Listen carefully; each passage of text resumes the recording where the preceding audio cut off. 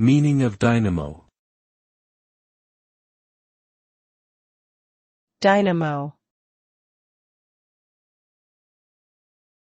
Dynamo. Dynamo. Dynamo. The word dynamo refers to a device that converts mechanical energy into electrical energy.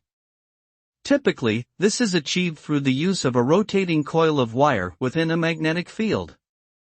As the coil rotates, it generates a flow of electrons, which can be harnessed to power various devices.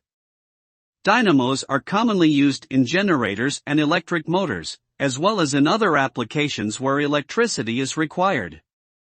Overall, the result of a dynamo is the conversion of mechanical energy into electrical energy, which can be used for a wide range of purposes.